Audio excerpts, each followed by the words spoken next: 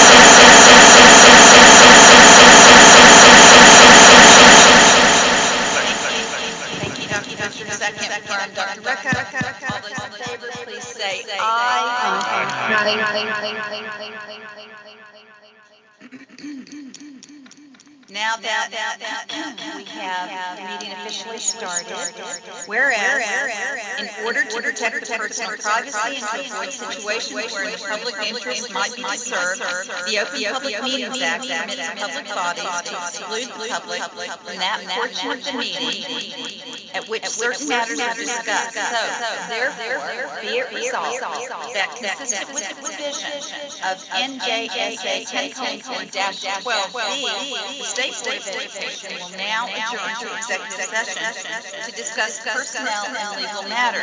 May I please have a motion? Thank you, Board Member Berry. May I please have a second? Thank you very much, Board Member Dr. Ricca. All those in favor, please say aye. Any abstentions? Hearing none, we will now go into executive session and we will be back. Thank you so much. Thank you for attending.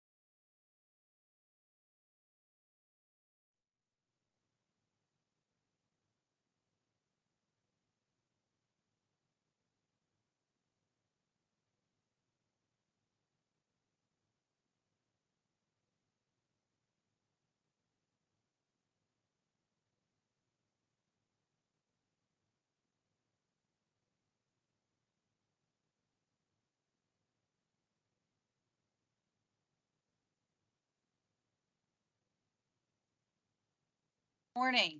Morning. Wonderful to have you here. Thank you. Thank you to the board members. I'd like to reconvene to resume the public portion of our meeting, please. Whereas consistent with the provision of NJSA 10:4-12B, the state board will now adjourn from executive session and resume to the open session portion of this meeting. May I please have a motion? So moved. Thank you, Board Member Barry. May I please have a second, Vice President? May I have a second? Second. Thank you. We now have a second from our Vice President Mulvihill. I'd like to, please, if you don't mind calling roll. Thank you. Right. Okay. Arcelio Aponte, I am on. Mary Beth Berry, Present. Elaine Bobrow, Present. Fatima Burnham Watkins, Ron Butcher, Present. Jack Fernero, Here. Mary Beth Gazy, Here. Ned Johnson,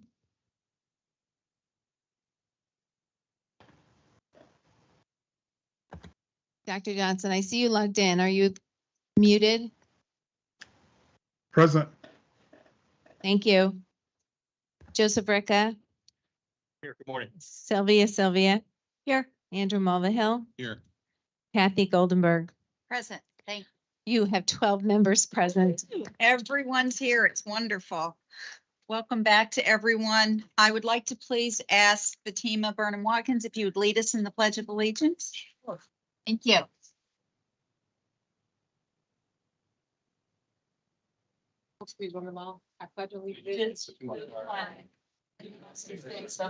America, and to the republic for which it stands, one nation, under God, indivisible, liberty and justice for all.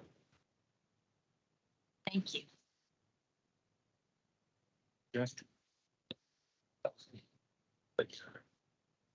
So thank you everyone for joining us today, June 7th. We're delighted to see everyone, and the beginning of summer is coming.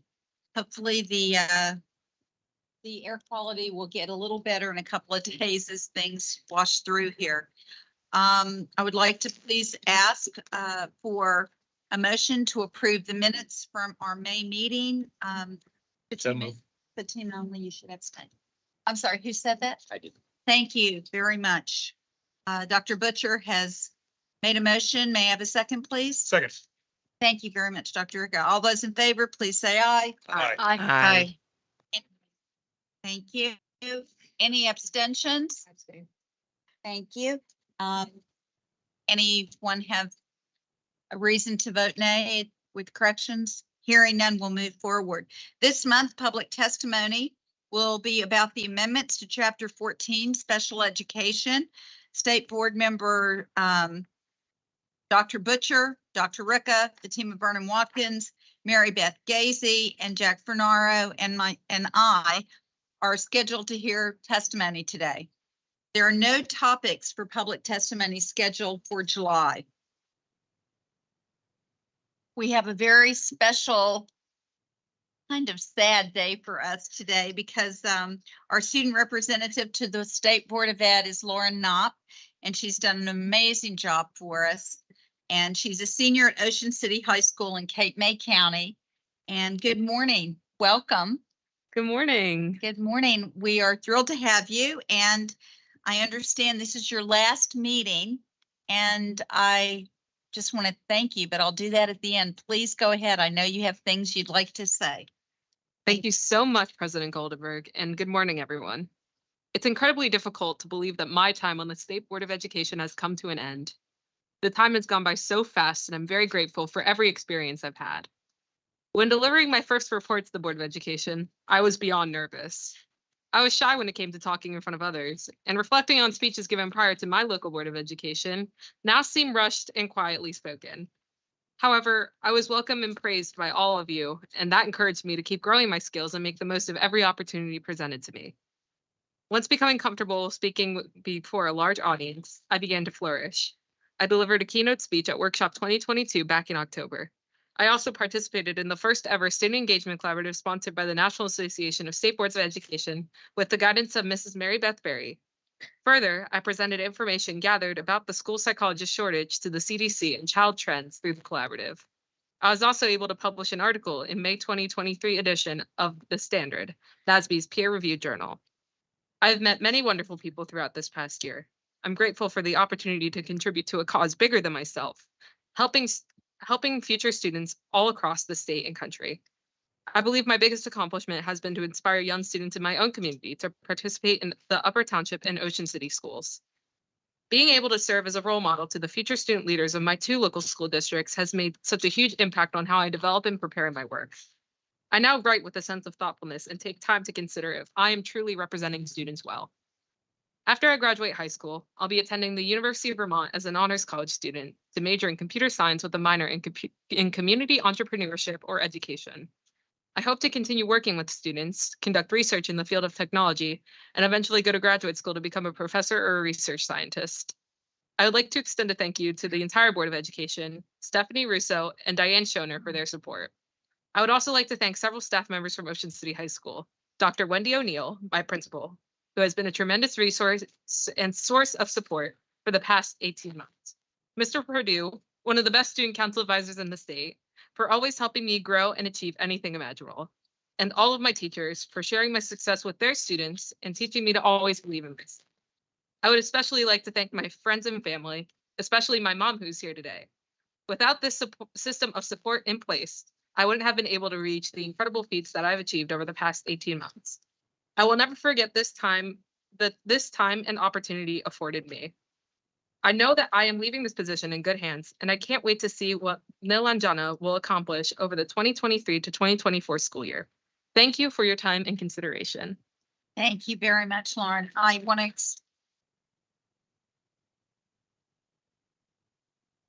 to express my sincere appreciation for your diligence and all that you've done to serve us this year with knowledge of what's happening with students around the state, and getting to see you in action in October when you spoke before the NJSBA, and you just did an amazing job.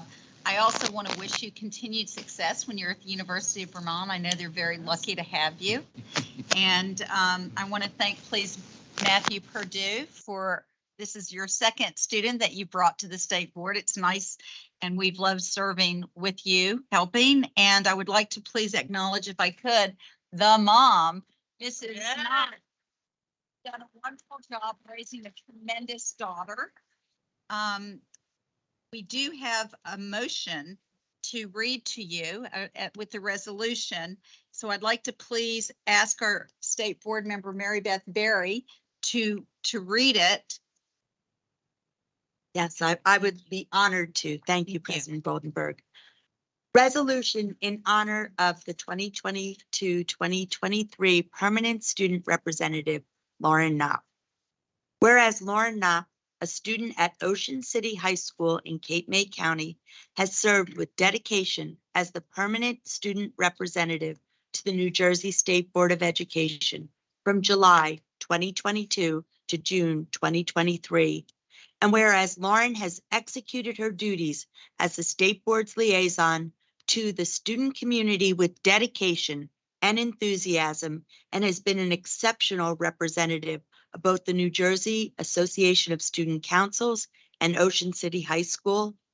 Whereas Lauren aptly presented a student perspective through well-timed monthly reports on innovative and wide-ranging topics that were beneficial to the state board members. And whereas Lauren's academic career demonstrates that she is an accomplished student who has made valuable contributions to her school and local communities, as well as lasting impact on education in New Jersey. And whereas Lauren is an intelligent, affable, and confident young woman who has a thorough understanding of the issues affecting her and her peers, and who has an obvious passion for public policy, as demonstrated through her participation as an active member of the National Association State Boards of Education Student Engagement Collaborative.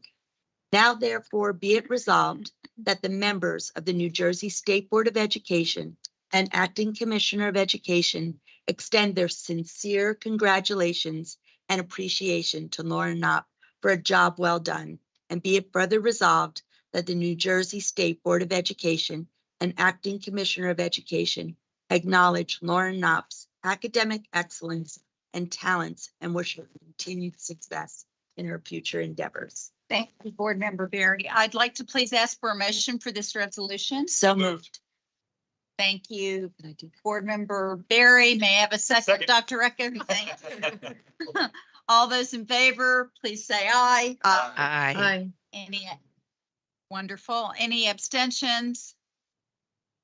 Motion carries unanimously. And now, Can I just enthusiastically, as state board members, we have the, just the privilege of sitting with a young person, but I got that little extra time with Lauren, when we were, virtual on the phone with, her work through the collaborative. And what a great opportunity just to have those sidebar conversations. So I always appreciate, I think it's so valuable that we have a young person sitting here and they're amazing young people, but Lauren certainly exemplifies all that we want from our young people, all that we hope that they gain. And she has been just truly an example of the greatness of New Jersey students. So thank you again, Lauren. And I know you're going to do great things and we can't wait to hear about them in the future. Thank you so much. thank you. So you're going to University of Vermont, Yes. which campus? It's Central Campus. Burlington. Yeah, Burlington. So Mom, I happen to have a summer home about 45 minutes from there. So if you ever need me to check up on her, help with anything, just feel free to contact me because I'm only 45 minutes away. Commissioner, would you like to? Yes. Hi, Lauren. Oh, it's been a wonderful year. So on behalf of the Department of Education, I want to thank you for serving as a student representative to the State Board of Education for the past year. It has really been an amazing experience. I've learned so much about you, your passions. You just have taken such a great interest in education for all students in New Jersey. And I'm forever grateful for that because the conversations have been very enriching. But I also want to say that during your term, we initiated the hybrid meeting format here at the Department of Education, and we're able to meet with you in person and over lunch and during some other breaks. We've had great conversations as well, and truly appreciate your insight. You're extremely thoughtful, and please continue to take that with you and make those contributions that only you can make in your next endeavor. But I also want to tell you that I know in your future endeavors, you will be extremely successful because you have a great supporting cast. So as we heard earlier, Mr. Perdue, thank you, of course. And Mrs. Knopp, to you and your family, we are truly the beneficiaries of all of your hard work for a number of years. And so we are really grateful. And Lauren, I ask that you stay in touch with us and just let us know over time what you are currently interested in and about your future successes. I know they will be innumerable. Absolutely. Thank you so again. much. Thank you. Anybody else at this time? If not, we would love to get a picture of you and present you.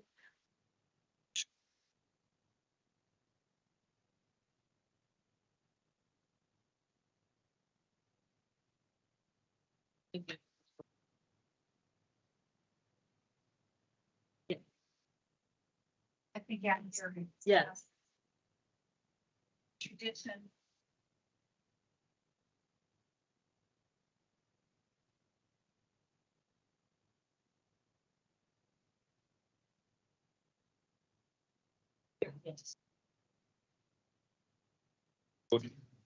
Get out. Yeah, I think if you come over here, you can take your. So that, so.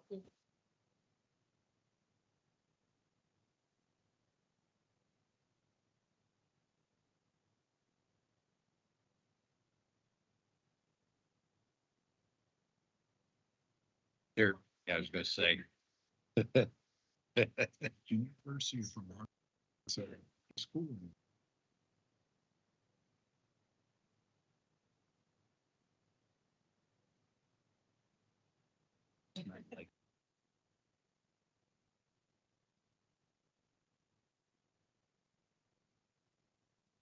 It is.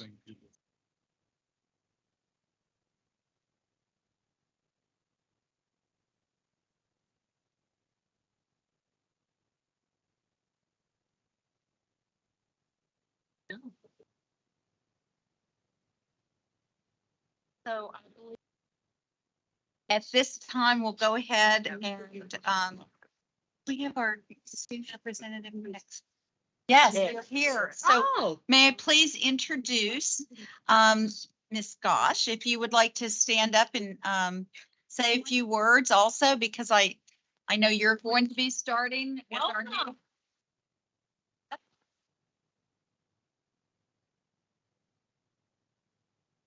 Thank you, President Goldenberg. Yeah, so today's kind of a sad day.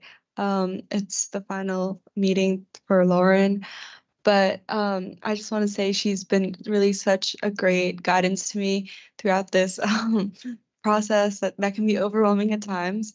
And you know, I know I've read into all the work she's done, and I know she's been so great. And I just look forward to hopefully doing the same and just giving my best. And that's all. Thank you, Lauren.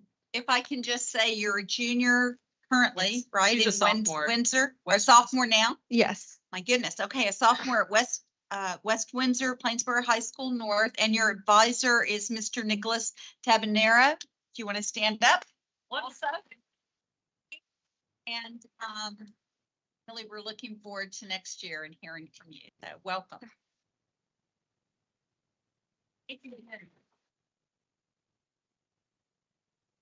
Thank you for coming. You have to watch the pro, see what she does today. All right, next report, we have our State Board Nominating Committee. And I'll let the chairperson, Mary Beth Gazy, is remote today, but if you would like to take it over now. Board Member Gazy, thank you. Good morning, and thank you, President Goldenberg.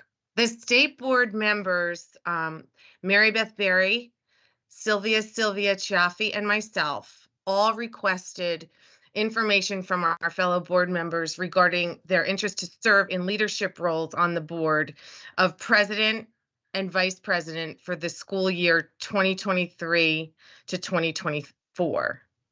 We received submissions from the board members and considered all of the information. We then met and discussed the information that we received from our fellow board members. At this time, the committee is recommending Kathy Goldenberg for president and Andrew Mulvihill for vice president for the upcoming school year. Thank you. Thank you. I just thank you. Thank you for your vote of confidence. Thank you very, very much. Well, next month will be the vote, correct? Board Member Gazy? Next. Correct. It'll be at the July meeting. Thank you. Thank you. Thank you. We have no state board committee reports, but I would like to share that Board Member Barry and myself and the commissioner and Beth Auerswald and Julie and Chris Huber and Stephanie Done. Russo and Diane Schoner attended the recognition ceremony, which was in Burlington County for the students who did exceptional work and the groups of But I'm asking students you. during the year. And I'm one of the recipients, one student named Jordan Rachetti from Mainland Regional High School, was one of the people who received an award, and she was deeply affected by the increasing amount of deaths by suicide among students her age. And so she wanted to change the stigma of mental illness. And, oh, I'm sorry, also Dr. Irving was with us. I'm sorry. And she became involved with the Peyton Heart Project in the spring of 2022 as a way to stand up for mental health awareness. She began to crochet these, as an example, hearts. I have a whole bucket here if anyone would like to take some, with students' names on them. And she wanted to make everyone aware and make mental illness something that we should all worry about and be considerate of. She began to crochet the hearts for the cause. Each heart contains a positive message or a quote and a tag with resource numbers that one can call if you're having issues. Since last spring, Jordan had scattered more than 1,000 handmade hearts to people to find them inside books in the high school's library, at local supermarkets, in stores and in parks, and even at the Rock and Roll Hall of Fame. Jordan wants to reach more people and make sure that everyone needs a positive message and phone numbers for help when needed. Last summer, she started this and she gave everyone that was there a bucket full of crocheted hearts. It was just inspiring, and they're all over what I understand Atlantic County at this time. So I'd like to share my bucket with all of you. There's enough, I'm sure, for everyone to take one. We were very touched by all the student contributions, but this one I was able to bring here and share with you. So thank you very much. And now, Commissioner, your reports. Thank you. Thank you, President Goldenberg, and good morning to everyone. President Goldenberg, Vice President Mulvihill, all of our state board members, and those who are in attendance. It is great to be with you this June, and I'm going to pass this wonderful bucket. So today, excuse me, I present for the State Board of Education's consideration a ceremonial resolution in honor of the 100th anniversary of the New Jersey Association of School Business Officials, also known as NJASBO. I had the honor of participating in celebrating this milestone along with NJASBO at their annual conference yesterday in Atlantic City, alongside Alan Dupree, who is our acting executive director for the Division of Finance and Business Services, and Neil Kramer, who is the coordinator of the state executive county business officials in our county offices.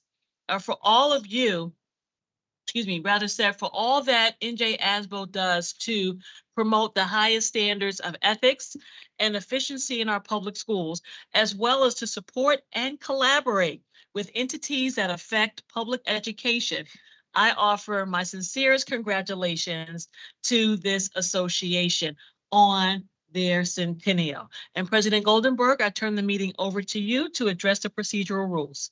Thank you very much. I appreciate it, Commissioner Alan McMillan. We need to first have a motion before we read the resolution. If I could ask the board members to supply one. Thank you very much, Dr. Butcher. May I please have a second? Second. Thank you, Dr. Ricca. I would now like to ask State Board Member Joseph Ricca to read the resolution in recognition of the 100th anniversary of the New Jersey Association of School Business Officials.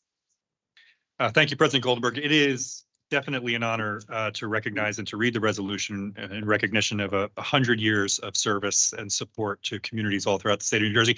And I think too often business officials are unsung heroes who are right there alongside boards of education, superintendents of schools, and other community members in making sure that school districts are running as efficient and optimally as possible. So, whereas the New Jersey Association of School Business Officials was founded in 1923 with a goal of serving the educational community of the Garden State by promoting better business practices through the highest standards of ethics and efficiency, providing its membership with professional development and support, and collaborating with entities that affect public education. And whereas the State Board of Education initiated the position of school business administrator when it named and established the positions for individual school districts employing 25 or more full-time teachers. And whereas in 1959, the State Board established a limited certification or certificated position for school business administrator in cases where the state board granted permission to the district board of education to create that position. And whereas the New Jersey Association of School Business Officials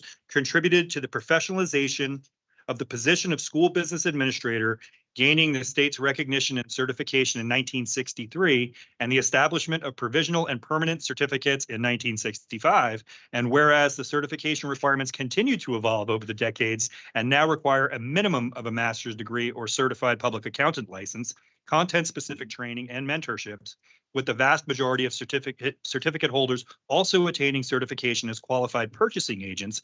And whereas since 1923, the members of the New Jersey Association of School Business Officials have contributed significantly to the improvement of education in New Jersey through their financial and operational management of school districts involving budgeting, payroll, health benefits, purchasing, accounting, insurance and risk management, case management, transportation, food service, construction, maintenance, custodial, technology, and collective bargaining. And whereas school business administrators are committed to effectively managing direct business and finance responsibilities in school districts involving the expenditure of more than $33 billion.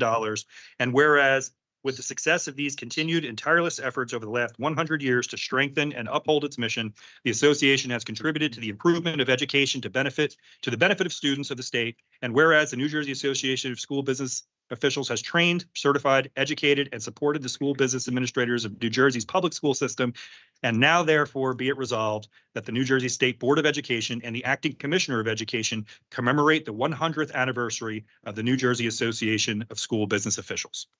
Thank you, Dr. Ricca. Thank you. So we have a motion on the floor. We've had it seconded. Now it's time to vote. All those in favor, please. Aye. Aye. Thank you. Aye. Thank you. Any opposed, please say nay. Any abstentions? Hearing none, the motion passes unanimously. And we have Sue Young remotely because she's at a conference for New Jersey School Board Association. And I don't know if you're in South Jersey at this time at the conference, but we will send you a hard copy of the resolution. And I agree that everything school business officials do with the budget is so essential in our district. So I'd like to express my heartfelt congratulations. And I don't know, Commissioner, would you? Yes, I have to say, having the opportunity to engage with this dynamic group of professionals yesterday was truly an awesome experience. Their thoughtfulness, their conscientiousness, and Sue's unique ability to feed 750 people without missing a beat. I mean, it was an amazing orchestration. And so it's just a testament to not only the heads that they have, but the hearts, as they brought in a phenomenal speaker, Stedman Graham, who spoke about identity leadership and truly left the room elevated. And I just want to acknowledge the well thought out investment that continues to be made into these professionals to help our schools thrive. Thank you. Thank you. And I should mention the title for Ms. Sue Young is the Executive Director for New Jersey Association of School Board Officials. So thank you so much. We'll send you the real resolution and we appreciate very much all of your work. Wish I could say. I'm Yes, sorry, would would you you like like to say anything? Is your microphone working? Can you hear me? Yes, yes, please. Okay, perfect. I love it when technology works. It's a beautiful thing. Yeah, if I could take just a minute or two to thank you, President Goldenberg, members of the State Board, and Acting Commissioner Alan McMillan. It is tremendous that you can recognize this 100th anniversary. We do credit the State Board with recognizing the need for professional management of the business operations of education almost a century ago by creating the position of school business administrator district by district. Additionally, over time, you continued to professionalize the position by adopting the stringent certification requirements. Our association was formed in 1923 to support and train those individuals in best practices. And in more recent years, we've assumed a more formal role in the certification and mentoring of those CFOs of our public school districts. A little tidbit and of interest is the majority of our school business administrators enter this field as a second career, some coming from education, many coming from business in the corporate role, at the age of 40. And in a recent survey of our members, excuse me, we asked the group what the most rewarding part of their career was. And to every single person, they mentioned having the support, being able to support the students, their parents, and their community.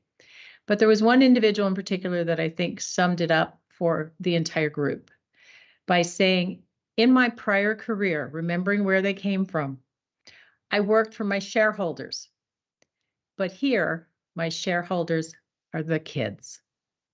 So on behalf of the association and our members, we thank you for the opportunity to support the students of New Jersey. Thank you so much. Thank you. Very much. And now we will, Thank you. thank you. Today, I am pleased to share with you an update on the New Jersey Partnership for Student Success. As you may recall, this exciting initiative seeks to leverage the New Jersey-centric and homegrown ability of volunteers to positively impact the educational trajectory of students through investment in our schools, in addition to structuring our pandemic responses in 5 broad categories: universal preschool, educator effectiveness, learning acceleration, mental health, and partnerships. The volunteer component of this initiative has met with early success, and I would like to share the progress with you, as well as preview what is on the horizon as we work together with community partners to help our students thrive. Dr. Jordan Schiff, our Acting Assistant Commissioner for the Division of Teaching and Learning Services, and Mrs. Lisa Habrel, our Executive Director in the Division of Teaching and Learning Services, are here to share these updates and respond to your questions. Good morning. Good morning. Thank you, Commissioner. And just briefly, we did have a change in the order of some of the slides, so I just bring that to your attention in advance. Thank you again, Commissioner. Appreciate the introduction. President Goldenberg, Vice President Mulvihill, members of the State Board of Education. It is our pleasure to be with you this morning to discuss our progress with the New Jersey Partnership for Student Success, particularly the call to action, encouraging caring adults to volunteer their time to support our students and educators throughout the state of New Jersey. We will begin with the overview of the NJPSS's volunteer program in action, where we will share our goals and processes. Then we will provide a sector update, where we will dive into the program's numbers and note the initial impact. Then we will examine the initiative in motion and take note of the expanding reach of the program during its early stages of development. And finally, we will end sharing plans for expansion of what's coming up next. The call to action is part of the New Jersey Partnership for Student Success, NJPSS. Through this program, the department continues to develop guidance, projects, and implement large-scale initiatives focused on learning acceleration, youth mental health, universal preschool, educator empowerment, and partnerships in support of LEAs, students, and families. Through the call to action, NJPSS initiatives will be supported and will enhance the partnerships, learning acceleration, and educator empowerment areas of focus. In conjunction with the national call to action, NJPSS serves to engage caring and committed adults from across the state to volunteer in our school communities in various ways. The call to action will continue with caring adults who volunteer their time to support students across New Jersey's public schools. The initial call to action has allowed for focus on specific elements of implementation of NJPSS. The department anticipates an annual call to action for volunteers over the next 2 years, in addition to soliciting partnerships for specific resources and outcomes. To ensure the program is responsive to school communities' needs, the department designed and released a landscape survey to our districts to learn more about the demand for volunteerism across our state. As the table outlines, these are the services, service descriptors, and percent of need expressed by LEAs. In alphabetical order, mentoring, post-secondary transition coaching, student success coaching, tutoring, and wraparound service support are featured here in their relative importance to LEAs. In order to keep the pulse on the district's emerging needs, we have begun to provide monthly updates to executive county superintendents. In these updates, we share the status of each of the division's major NJPSS initiatives, including the volunteer call to action. We invite county leadership to provide insights and feedback to remain attuned to the field's identified needs. I would like to draw your attention to tutoring for a moment. In recognition of this expression of need, the department has developed additional guidance and expanded NJPSS initiatives that will further address this area of opportunity. In the coming months, the department will release a notice of grant opportunity for districts to secure $27 million in funds to support tutoring in their schools. This is a network where New Jerseyans and school communities are building deeper relationships and partnerships through the call to action. In order to support this vision, the department's call to action team is acting as a facilitator, taking inquiries, understanding intentions, and connecting individuals and organizations to school communities interested in their service. Our process for doing so is simple. It begins as all interested parties sign up through the NJPSS call to action form on our website. Our cross-divisional team then captures inquiries from this database on a weekly basis. Shortly thereafter, the call to action team then sends a welcome email with next steps for various volunteers. And lastly, we introduce volunteers to districts and vice versa. As facilitators, our team takes great care to read all inquiries and match each volunteer to the county of service. As we further solidify our matching process, we anticipate matches will be made at a minimum on a monthly basis. It is important to understand who has answered the call to date. This helps us to ensure the proposed matches are optimized for all parties involved. We have received over 500 email responses to the initial call to action last December, which included volunteer commitments, questions about the project, and words of encouragement and support from potential partners. As the chart shows, 285 individuals and 97 organizations reached out in some way to explore the initiative with us. Please note these numbers represent interest in exploration, not a formal volunteer commitment to date. As you can see, there is significant interest from different groups, and we are continuing communications with all interested parties who are not yet ready to engage as volunteers. You'll notice that there are 107 former and current educators signed up with the call to action. We anticipate that LEAs will utilize these highly qualified New Jersey educators to provide service directly to our students, specifically in success coaching, transition coaching, mentoring, and tutoring. Additionally, we have 178 volunteers representing individuals serving within a wide variety of fields. These individuals include child psychologists interested in supporting youth mental health, small and local business owners offering club and organizational support and career training, to physicians, landscapers, artists, yoga enthusiasts, and more. These volunteers are deeply encouraged to bring their expertise to provide wraparound support to schools in unlimited ways. And finally, the larger groups featured in this chart include 55 nonprofit organizations, 29 businesses, and 13 colleges and universities. These groups have the capacity to bring the expertise of many individuals under their umbrellas to schools, either volunteering as individuals and/or providing opportunities for educator training and support. The team is currently working closely with each group to ascertain the scope and breadth of what each can offer our students in schools. The department's goal is to reach statewide involvement with the call to action, and we are off to a promising start. The department has introduced 259 volunteers to 100 school districts. Volunteers have been provided with the contact information for each school district in their county, and each district has been provided with contact information for each volunteer in their county.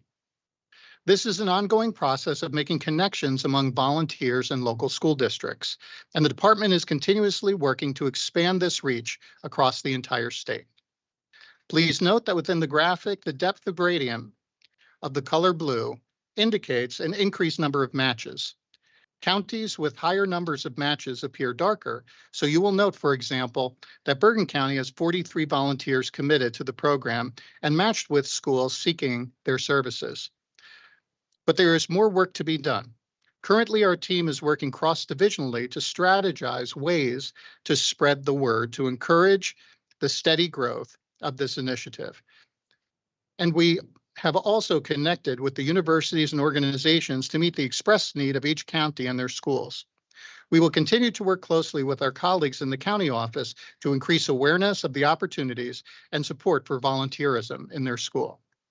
In addition, we are looking forward to launching a campaign for state workers in the fall. We will begin with encouraging staff from the department to answer the call and later expand to our sister agencies throughout the following month. And finally, let's discuss what's next for the initiative. We shared that the department has 97 organizations committed to the call to action, and we have developed a strategic approach to leverage their participation. As we have done with volunteer planning, we have categorized organizations by county and area of service and have begun to work intensively with the larger groups to ascertain their capacity and reach.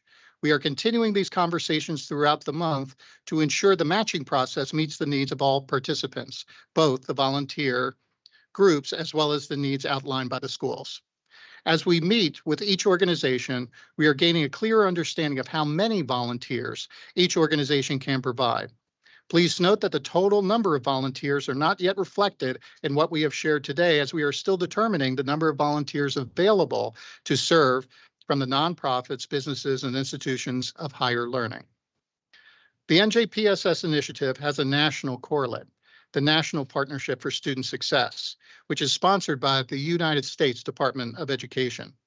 Last month, Secretary Cardona called on universities, colleges, and school district leaders, encouraging them to continue the work together to increase the number of college students supporting school-age children as tutors, mentors, student success coaches, and other student support roles. Secretary Cardona referenced the New Jersey Partnership for Student Success initiative and called on institutions of higher education to set a goal to use funds to encourage college students in elementary and secondary student service activities. The department is exploring opportunities to amplify our efforts through our higher education partners who have already answered the call to action. Please stay tuned to hear about our progress with this incredible initiative. We appreciate your time and attention around the call to action and are available for any of your questions for us. But I wanted to note that we are still welcoming volunteers into the program daily. So we encourage you to reach out if you or others you may know may be interested in joining the call to action. You may contact us at acceleratingnj@doe.nj.gov at any time. Thank you again. Thank you. Questions? Mary Beth Berry? Yes, so I love the idea of bringing people in. I think it's so very important. How are we going about getting more volunteers? I'm looking at what the need is, and 500 people with what we're looking at in the need is just scratching the surface. So what are the campaigns? We're looking at these great little hearts that are going around, how are we reaching out to public and saying, this is what we need? I certainly want to see the colleges and universities much more involved. What better way than having future teachers or any students, future business owners working with young people? But that's one group. There are, I'm sure, other groups people that are home. How are you reaching out to more people, to get more people involved? We do have a social media comms plan that we have and continue to implement in order to support the work. We also are networking with our field service officers, our executive county superintendents, and other people that are out there in the field to continue to encourage the volunteerism and support not only on the volunteer side, but on the district side, encouraging more districts to get involved if they find the need. But I do want to say that this work augments a lot of volunteerism that's already going on in New Jersey public schools. Daily, parents and others are supporting the efforts of their own children in their local school communities. So this helps and supports the work of volunteerism that is already going on from southernmost parts of the state all the way up to the northernmost parts. Can you also just speak to, you're bringing in volunteers. Hopefully everyone is the best possible person who agrees to volunteer, but how are we guarding the security of our young people? How are we making sure that those volunteers we're bringing in are the best possible people? Yeah, excellent question, and something that we spent a lot of time thinking about. All of our volunteers need to go through a criminal background history check, and they are vetted by the districts. The districts have their own policies on supervision and how they care for their students, but none of our volunteers are ever alone with students. It is the district's responsibility to provide the appropriate support and supervision of a certificated staff member whenever any visitor is in our schools. So is there any kind of grant program that is making sure each criminal background check costs money? I would hate for a volunteer to say, oh, I'm not going to spend, $70 to get fingerprinted and to go through that process. Is there some grant money or some mechanism in place that's helping make sure that that isn't a reason that prohibits someone from volunteering? The Yes. funding that's The been funding. allotted is what she's requesting information about. Right, the districts typically pick up the cost of the criminal background history check for volunteers in their districts. No, the funding that went towards this project. There was a lot of money that was dedicated towards it, right? No, there is a great deal of funding that's dedicated to the high impact tutoring, and that's part of our notice of grant opportunity that's going to be coming out shortly.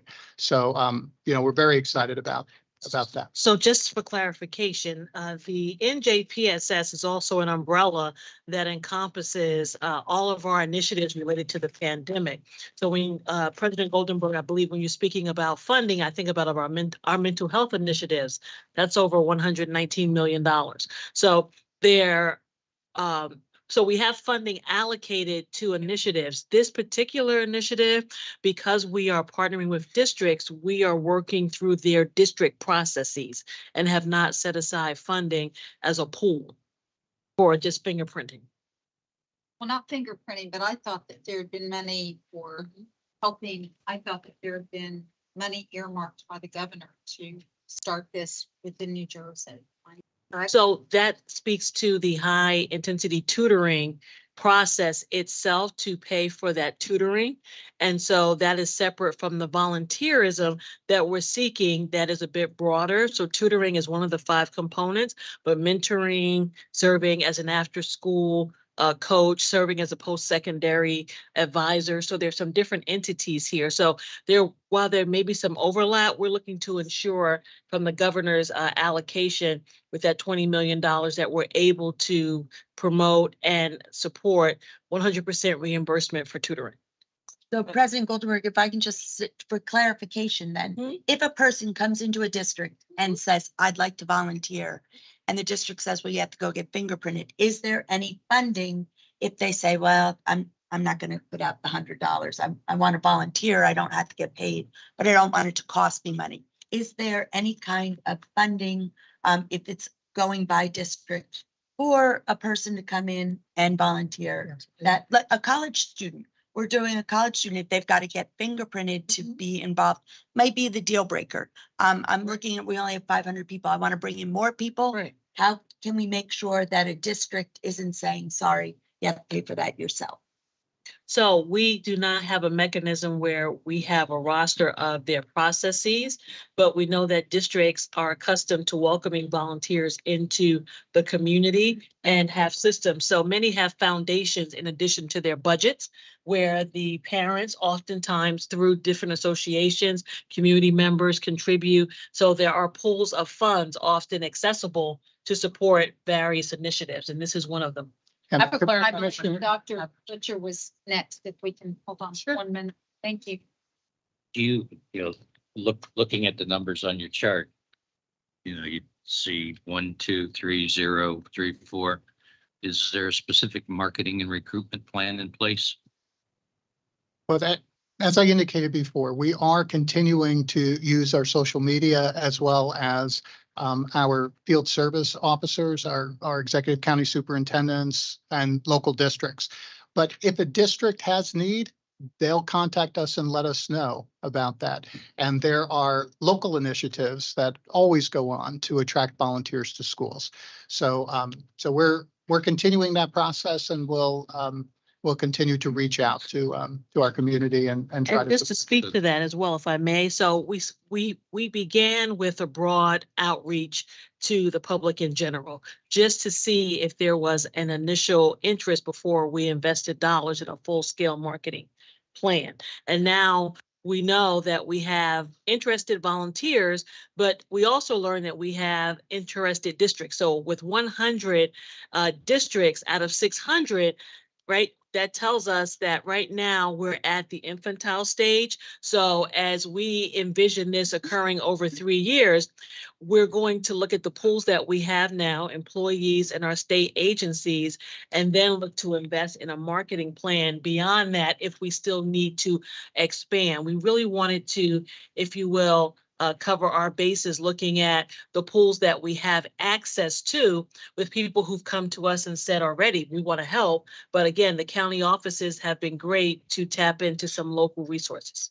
Thank you, Fatima. Yeah, my question was similar to Dr. Butcher's in terms of the marketing campaign, but my secondary question is it just a volume play? So you're like, we get them in, but are you actually guiding them, the districts, like what happens? Like, what are you then doing for mentorship? What are you then doing for tutoring? Our overall responsibility is to try to make the match, is to introduce the volunteer to the district. We've given them some guidance through the application process and through our communications as well. But districts are no strangers to utilizing volunteers, certainly. So our role at the state level is to try to make those introductions, is to try to connect the need with the interest of the volunteer. Got it. Dr. Ricca, I'm sorry, Sylvia was first. Sorry. Oh, was that? Go ahead. Oh, no. And then Dr. Ricca. I love the idea, but just in the rollout of it and to garner more interested districts, again, it goes back to the funding. I think probably you'd have a lot more interested districts if they knew up front that there would be some funding associated with this. And I'm not 100% sure that those local pools of money would be available to the more underserved communities. They don't really have a lot of extraneous pools of volunteer funds. And also, I'm happy that one of the requirements is a certificated advisor to be with the volunteers, but customarily those certificated advisorships also have a stipend attached to them. So we need to be able to, if the district can't fund it, and most districts, when they're balancing their budgets, they're going to cut things that they have to keep the lights on. I would be happy to know that we definitely had funding that would be able to go along with this. And I think knowledge of that would make the districts that maybe didn't jump on board just say, this would be great, but I'm not even going to bother responding because we can't do it. I don't know if that's a question or more of a statement. Sure, and we definitely understand and recognize that districts have the remainder of time left to expend their ESSER funds, which can be utilized to advance such initiatives. And so they have through September of 2024, and we are actively encouraging the drawdown of those funds. And this is yet another initiative that we are helping to facilitate, but that is already underway, which is why we've learned we haven't had overwhelming response from districts because many have begun their homegrown volunteerism efforts to date. Thank you. Of course. Yes. Thank you, Dr. Shipp, and thank you for the presentation. Similar question, but maybe just so I can understand. Is there any funding attached to this initiative whatsoever?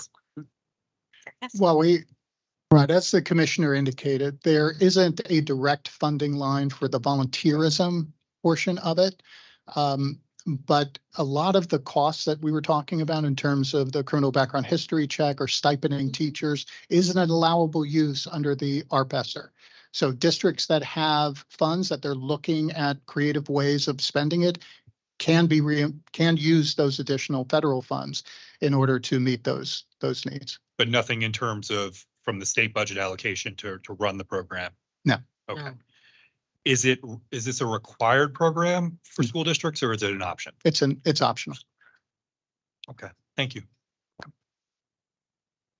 Yeah, if I could ask on slide 4, the sector updates, where you have delineated needs. How did you come up with what the needs were? Yeah. Sure. The needs are actually, can we go to slide 4? Yeah. Apologize. Thank you.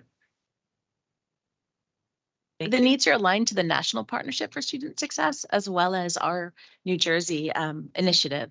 And so this data came from a survey of LEAs, their interest in the program.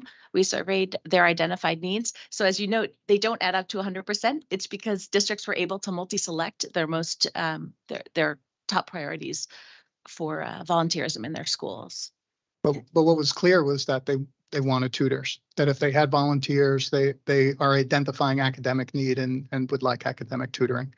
I think I was disappointed to see only 16% was post-secondary transition coaches, where I thought, what a great opportunity if we're bringing partner with our Chamber of Commerce and you know, would be a great way to help kids start thinking a little bit more about their future and be thinking more career ready. So, yes, good, thank you. But just to add to that, this is in addition to what they're doing. So that 16%. But if you're bringing people in, Yes. you know, that's, it's, I thought that was kind of interesting, you know, Yes. and Mhm. really important to try and be keeping kids in state and working and thinking about, you know, what those next steps might be. Mhm. I think one of the great things that colleges do, they do a lot of internships. And yes, our CTE programs are amazing, but not everybody's touched by a CTE program. And I just thought this to me seemed like an opportunity, as long as we're doing a program like this, to really capitalize on that. Yes, we're Yeah. looking forward to expanding over time and hopefully developing on each of these areas. So you had said this was in its infancy. This Yes. is the same program, Dr. Alan McMillan, that was also hoping to get 5,000. Yes, So we're at 5% now, yes, and we'll get there hopefully. And with the summer, maybe even more yes, knowledge of the program can go out, absolutely. be successful. Yeah. And we're very excited about working with businesses and nonprofits and our universities and colleges, where we anticipate we're going to see those numbers begin to increase. Thank you. And get more teachers into the field when they potentially see Yes, how wonderful it is to work with students. absolutely. I had one last question on slide number 3. I see universal preschool in this circle. How is the tie-in with universal preschool? This doesn't have a direct alignment with universal preschool. However, there may be opportunities that volunteers are interested in working with our youngest learners. And it may be that a particular school has a preschool program that they would like a volunteer reader or someone else to come in and share their career experiences with our little ones.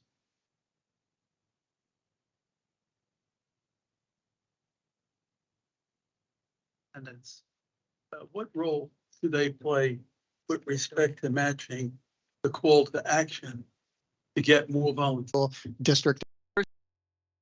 The recognition of June as Pride Month offers a concerted opportunity to embrace differences and promote initiatives that continue to raise awareness. Pride Month is only one means to recognize the ongoing contributions to society by the LGBTQ community. The department will continue to work as advocates of information and equitable education for all students, reflective of their unique educational experience. Fostering an inclusive and nurturing environment of all students is truly a joint responsibility. In addition to Pride Month, I want to acknowledge that in June, we celebrate National Child Safety Awareness Month and Professional Wellness Month. It is also important to acknowledge that this is the month where we recognize Juneteenth, which is observed in New Jersey on June 16th. We Want to wish all the fathers a wonderful Father's Day, which will be celebrated on June 18th. And of course, the first day of summer is June 21st. So get your sunscreen. Recently, we also announced how Governor Murphy will continue to build on last year's investments to improve school security with an additional $5.79 million of the federal funds to assist with digitized school blueprints for use by first responders in case of an emergency. Very, very important support and piece of legislation. This is a statewide initiative to collect and digitize blueprints of all K through 12 school buildings across our state, which includes all public and non-public schools, to accurately help law enforcement to swiftly and effectively respond to emergencies.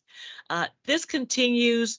And I want to say that last year's investment of 6.5 million was the beginning, and I'm pleased to say we are continuing to expand. And with the updated mapping data, our local emergency services will conduct annual walkthroughs of each building to ensure it is actually up to date. So great news on that front.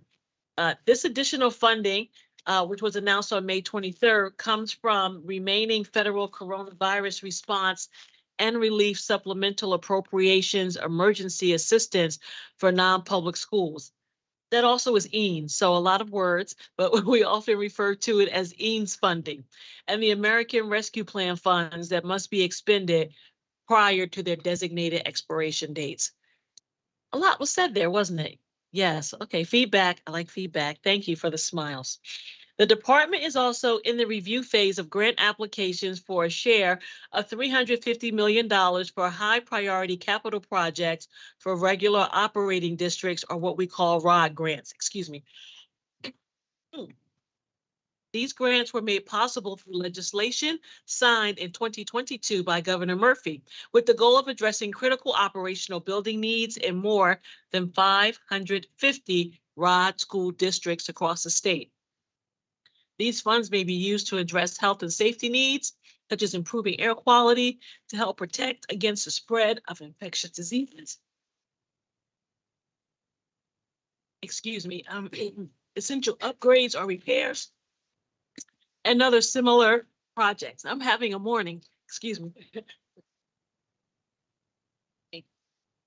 The deadline for grant applications was May 1st. Our review process is expected to take approximately 90 days. And once eligibility has been determined, funding will be executed through the New Jersey School Development Authority to our school districts. Along with these infrastructure improvements, we continue to move forward with high impact tutoring. And that was announced by the governor in February. Over 40 vendors met the criteria in the request for qualifications. Upon the codification of the approved list of qualified vendors, local districts will be able to apply for reimbursement out of a portion of the $17 million in federal funding from the governor's Emergency Education Relief Fund. Also, 2 other programs announced earlier this year that are designed to bolster foundational literacy in the elementary grades, targeted through professional development for educators, are Rapid and Rapid Plus. And Rapid, I don't know, this is a coughing fest, so please just, please bear with me. Rapid is specific to early elementary literacy for kindergarten to 3rd grade, and will tap the expertise of approved vendors to provide no-cost training to participating school districts. To date, we've identified 9 vendors to deliver foundational literacy, professional learning for school leaders and teachers of kindergarten through grade 3 across the state, and that's very exciting. The project development begins this month with training dates to be determined mid to late summer, and our Rapid Plus is another grant opportunity for institutions of higher education to provide professional development for educators responsible for literacy instruction in grades 4 and 5. Finalization of agreements with 5 universities to deliver professional learning in upper elementary literacy development school leaders and teachers of grade 4 through 6 as well will be ongoing, as well as the rapid training dates, which will be released later this summer. We are very excited because we know that the learning of our educators and how to respond to our students in this endemic phase is an area that has really been under tapped. And I want to say that our vendors are putting together modules that we think will prove to be extremely useful by our field of educators. And so both programs will launch their professional learning experiences in early fall and run throughout the upcoming school year. Educators will have multiple opportunities to take advantage of these training sessions that will be synchronous and asynchronous. I do need to share a few additional updates. The National Institute for Early Education Research, also known as NEAR, issued its report on early childhood education with an emphasis on the Head Start, early Head Start programs' efficacy across the nation. The federal Head Start program, started in 1965, strives to enhance children's development, improve school readiness, and provide a strong foundation for learning and success later in life, especially for those from low-income families. While New Jersey ranks second in the nation, and other spending for public early childhood education, the NEAR report ranks us 5th for 3-year-old enrollment at 24% eligible and 20th for 4-year-olds with 41.8% enrolled. Nationally, NEAR found fewer than half of eligible 3- and 4-year-olds were enrolled in Head Start programs prior to the pandemic. And since the 2018-2019 school year, this has declined to less than 1/3.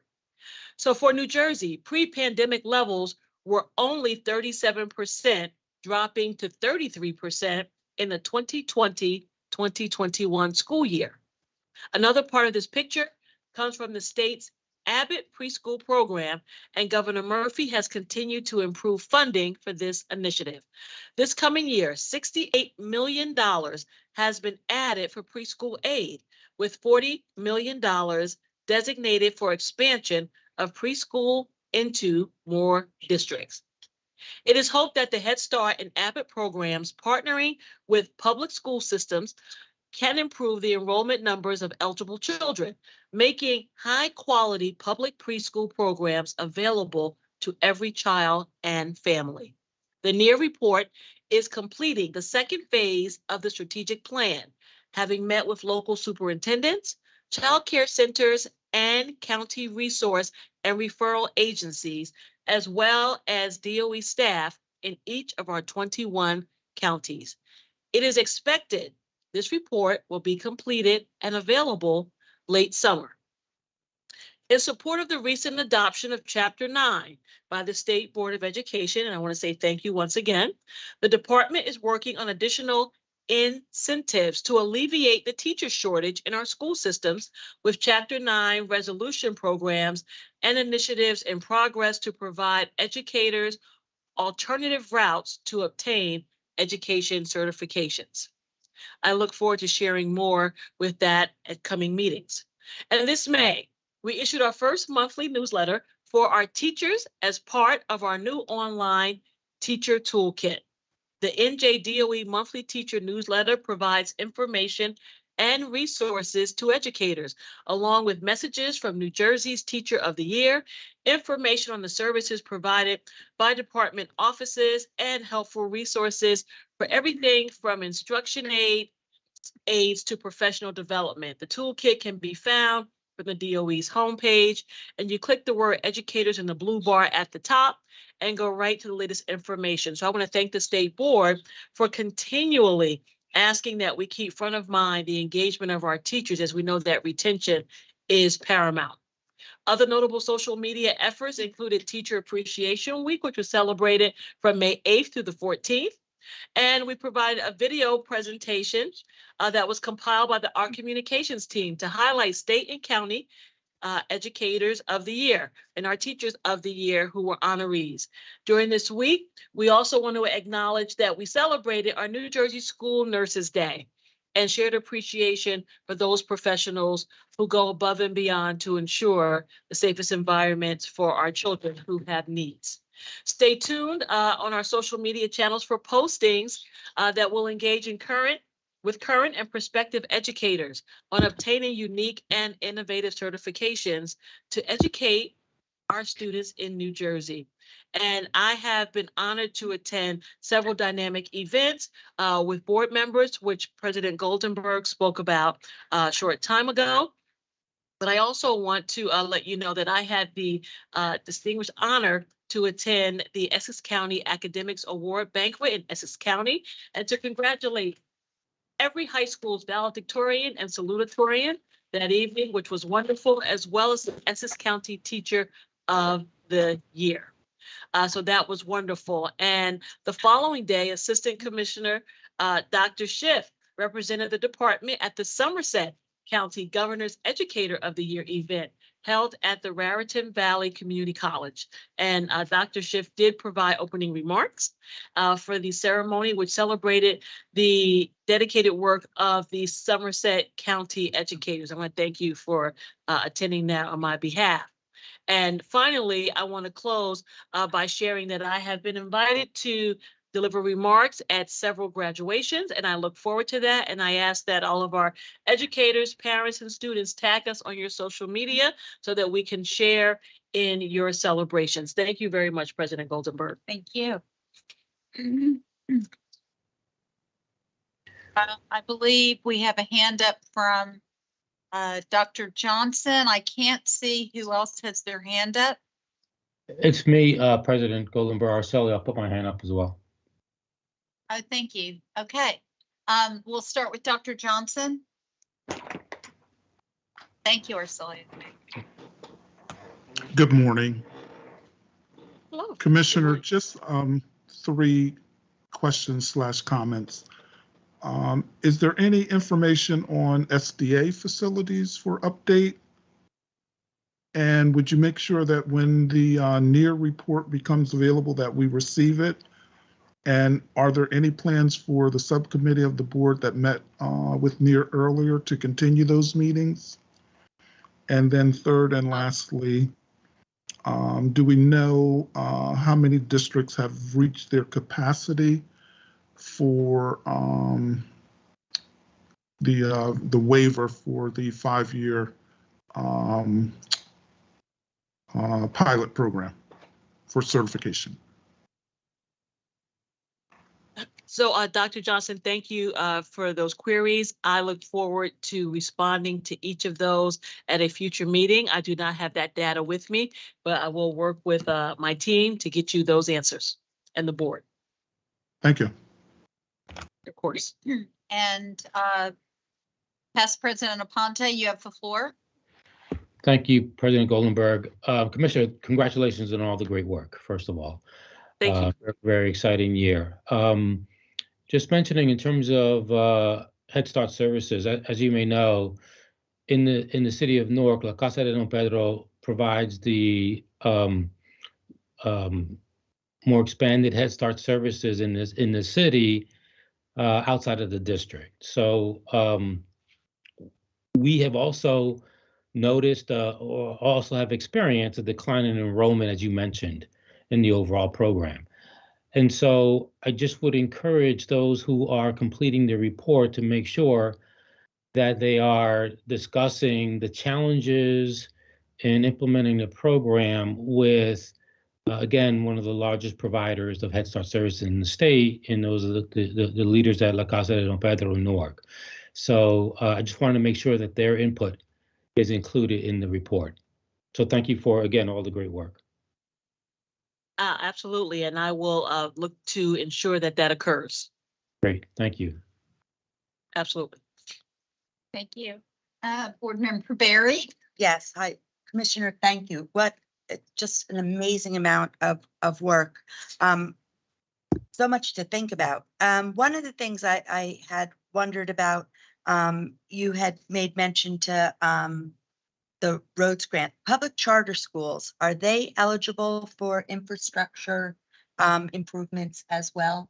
That money that comes out of that grant funding? So the charter schools have a separate allocation for facilities funding. So that does not come out of that grant funding? No. Okay. And the other question that I had, when you broke down 40 million added to preschool development, how is that broken up? What is that? What's that funding going towards? Is it going towards setting up school buildings, or is that that's coming out of local money? What exactly is that money allocated towards? Yes, so I will ask to share that at our July meeting, so I will have details to speak to that. Great, that's, I mean, there's so much work going on there. Yes. Big number, so I was wondering where it's going. Thank you. Absolutely, thank you. Thank you. Anybody else? Board member Sylvia Chop. Thank you. Commissioner, I just wanted to thank you at the opening of your report. You mentioned Pride Month, and as you most everybody here knows probably that in my community, the greater Asbury Park area, we have 12 Pride Months a year. And June is particularly special. The first Sunday every June, we have our Pride Parade and Festival. And this past Sunday, just a spectacularly perfect day of it's thousands of members of the LGBTQ plus community and those of us who consider ourselves allies. It's a beautiful, all-inclusive day that celebrates pride. It celebrates inclusivity, diversity. The 2024, which will be the 32nd year, that will be on June 2nd. I welcome, if you'd like to come down, if you can, I would love to have you there. The parade is typically led by our mayor and council, who are also members of the community, the LGBTQ plus community and allies as well. It's a wonderful day. It shouldn't be missed by anybody. I'd love to have everybody come down if you're free. Thank you for the invitation. Really appreciate it. Anybody else at this time? Okay, we can continue with the agenda. Thank you, President Goldenberg. I begin with item A. Today, I present for your consideration one candidate for appointment. The candidate is Dr. Jordan Schiff for the position of Assistant Commissioner to lead the Division of Teaching and Learning Services. I return the meeting to you, President Goldenberg, for discussion. Thank you. So we had the opportunity to discuss Dr. Schiff in Executive Committee personnel. I have no qualms in telling everyone publicly. I've worked with this gentleman for over 20 years and his knowledge is unsurpassed and he's a tremendous asset to the Department of Education. I don't know if at this time anybody else would like to say anything, but I'd like to have a motion, please, to accept his appointment. Dr. Ricka, I believe, was first. Thank you. Would you like to second it, Dr. Butcher? Thank you. How about discussion at this time? And I should have waited to say that probably, but any discussion? Hearing nothing, I'd like to call a vote, please. We don't have to do it by individually. We can do not a roll call vote. We can do it. All those in favor, please say aye. Aye. Aye. Any opposed, please say nay. Any abstentions? Motion carries unanimously. Would you like to say a few words, sir?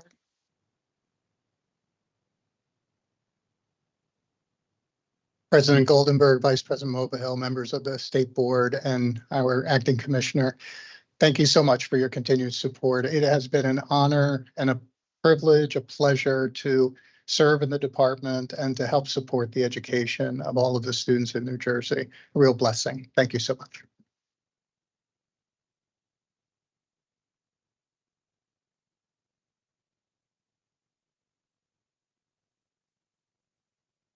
So I would just like to say, on behalf of the entire agency, we are so pleased to have you continue with us in your capacity, and it is official. The acting is gone. And so thank you for all that you do, and we look forward to the work that you are leading now moving into the field and making a tremendous difference in the lives of our students. You're welcome. President Goldenberg, item B, I do not have school districts to recommend for certification today, and we'll move to item C. Today I present for adoption the annual state board calendar of meeting dates for the 2023-2024 school year. President Goldenberg, I return the meeting to you for discussion. Thank you. Thank you. So to my fellow board members, we had discussed these dates. They've been provided to you, to each of you last month. Are there any concerns about the dates that were presented? Hearing none, and no discussion at this time about them. So I'd like to call for a vote, please. Could I have a motion first? So moved. Thank you very much, Dr. Butcher. May I please have a second? Thank you very much, Fatima. Burnham Watkins. Any last chance for any discussion if there are any conflicts or anything with the state board calendar? Hearing none. And I'd like to go ahead, please, and call for a vote. All those in favor, please say aye. Aye. Any opposed? Thank you. Any opposed, please say nay. Any abstentions? Motion carries unanimously with all 12 of us. Thank you. I love saying that unanimously. All right. Next. Thank you.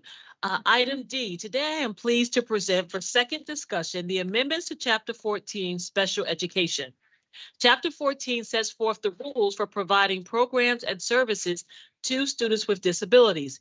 The proposed amendments address the provision of related services for students with disabilities.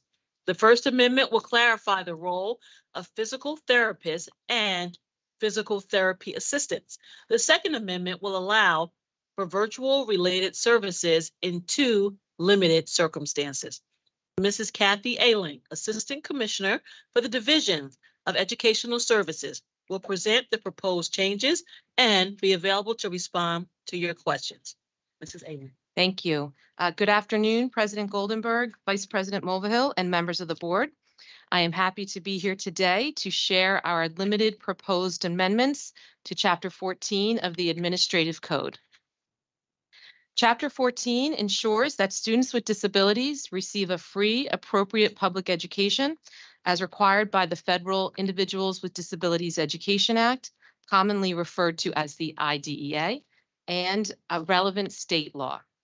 The amendments I am discussing today are limited in scope and designed to ensure that students with disabilities receive the related services to which they are entitled and are required by what are called their individualized education programs, or IEPs.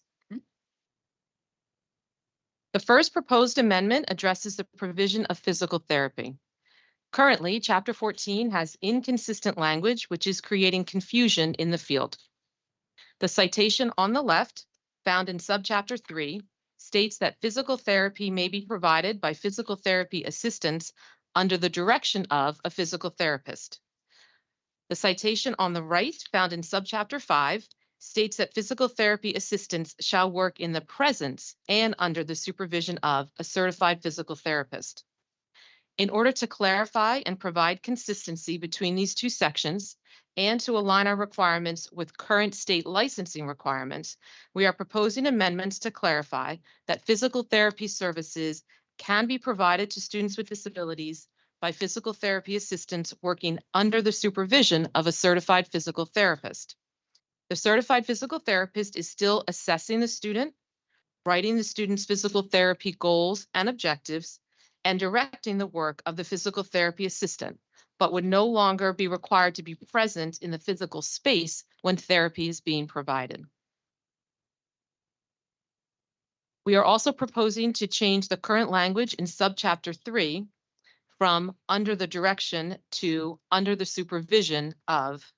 This change is proposed to ensure consistency of language throughout Chapter 14 and to align with the language in the professional licensure regulations for physical therapists and physical therapist assistants.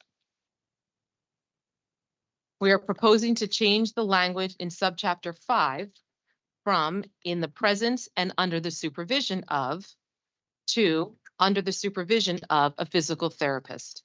This change will again ensure consistency of language throughout the chapter and provide needed clarification to the field. I'll pause here before moving on to the other proposed amendment if you have any questions about this proposal. Could you clarify, not in the presence, but what that means for all of us? Sure. So currently, physical therapy assistants cannot provide actual therapy to students unless there is a certified physical therapist in the room. And that is in conflict with state licensing regulations, which do allow for physical therapy assistants to provide actual physical therapy without the presence of a physical therapist. So our regulations are more constricting, and we do believe that this flexibility will allow districts to not only provide quality therapy to our students, quality related services, but also allow for flexibility where the physical therapist can be using their time in other ways than standing and watching while services are being provided. I also have a follow-up question. So a physical therapist is working at home. Certainly a parent would be present.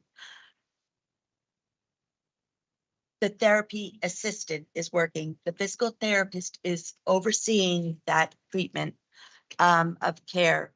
Who's overseeing the physical therapy department? I think about it. It's really, you have your child study team. When we're in a school setting, if a therapy is going on in a adjacent to a classroom, there's still other staff around. We're only dealing with the parent. So we have a physical therapy aide who's answering to the physical therapist, but who's overseeing the whole process?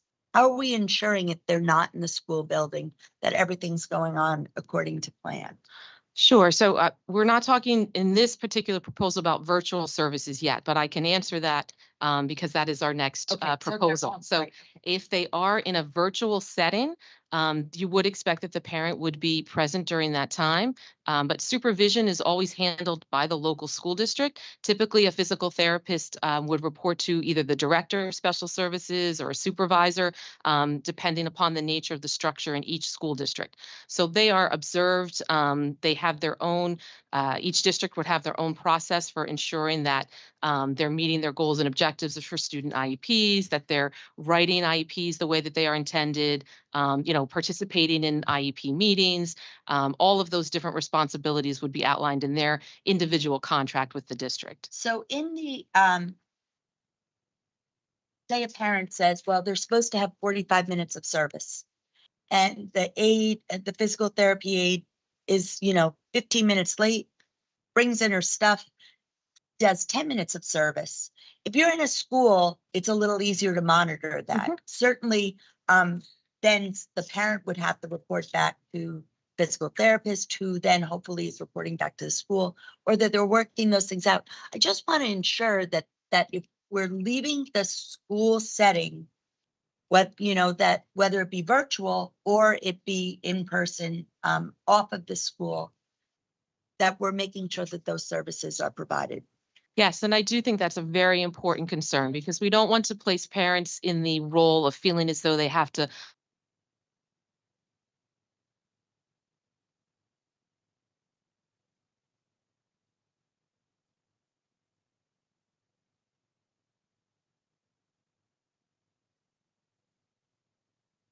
and if a parent were to feel uncomfortable about that, they would work with the child's case manager. So they wouldn't be expected to confront the therapist or have that conversation in any way. That would be handled through the child's case manager. And that's a district would decide that they would have that sign off, or is there any regulation? Because it is, I don't want that poor parent who's going to see that person the next week to be in a bad position. They're not trained for it, nor should they have to be. So there would be procedures in place to make sure that that's signed off. So the code already requires that district keep records. They have to be able to show that they implemented a child's IEP. So if the IEP calls for, let's say, physical therapy, and it is for this particular child being provided in the home, they would need to have records so that they could show that the physical therapy was being provided. And that's typical for all of our related services, for all of the services that children receive per their IEPs. Districts are responsible for documenting all of those services. So they would have logs, they would have case notes, any information related to the service would be part of that child's record. Thank you. And I believe Mr. Panaro is next. I have a question. I noticed that when you talk about the current language and you speak about the law, okay, under the New Jersey AC, et cetera, et cetera. A physical therapist, I understand that they're certified, okay? I get that. And when they provide the services, you don't mention in this language, in the current language, a physician who would provide a prescription for the therapist to provide that service. Why isn't that language in this set of documents that you've provided? So why don't you mention that? Sure. So the provision of a prescription is handled in other state code because all physical therapists in the state are licensed, and you do require a prescription in order to receive those services, and that is a separate state code. That's not in education code. Think of it as physical therapists can work in a multitude of settings. They can work with children. I had physical therapy when I broke my ankle. They could work in a hospital setting. So that is all governed by a separate state code. It's not in the education code. But my thoughts are this. For you to go to a physical therapist, certified, et cetera, and I understand that you're saying that it's provided in a separate document.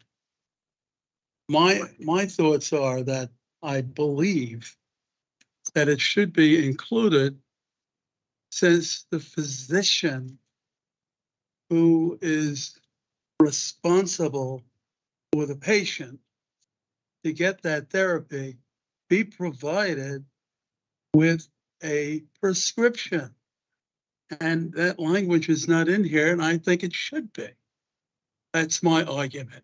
Because you can't go to any physical therapy or services, regardless of who you are, without a prescription from a physician, whether it be an orthopedic, whether it be a general practitioner.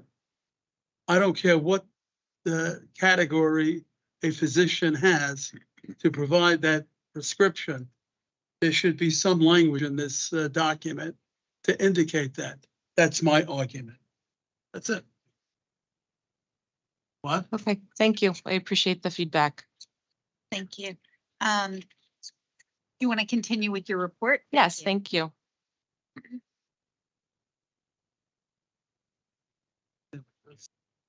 Sorry, I turned to the wrong page. Wait 1 second. Page 6. I think it should be in the language. The second change we are proposing would allow for related services to be provided virtually in 2 limited circumstances. The first circumstance is when a student cannot attend school due to an acute or chronic medical condition. In this scenario, the proposed language mirrors the process currently in Chapter 16 for requesting medical home instruction. That process requires the student's parent to submit a written order from the student's physician verifying the need. The school physician then reviews and provides approval. The student's need for the service and progress would be reviewed every 30 school days by the student's IEP team.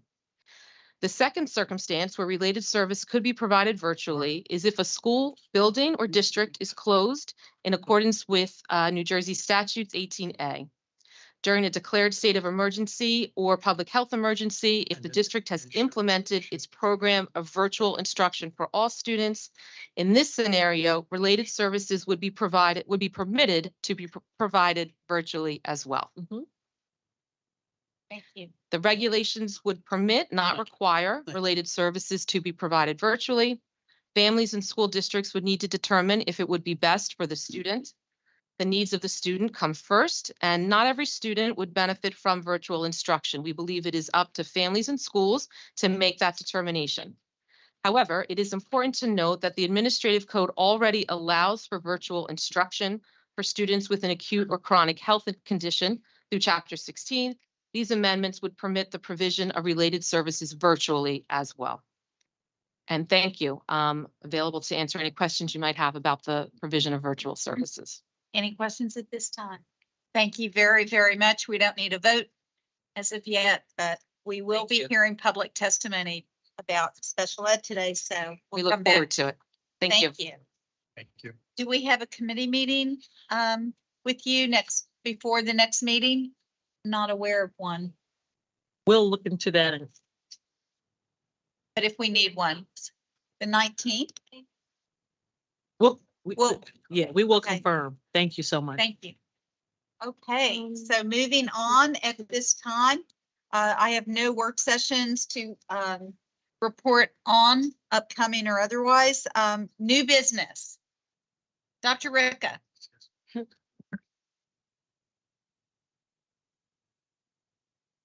Thank you. Thank you, President Goldenberg. Last month's meeting, we reviewed pathways to graduation by full. And one of the pathways that wasn't part of the authorized list was the ASVAB, which is the assessment for students who have identified service in the United States military as a pathway that they wish to travel.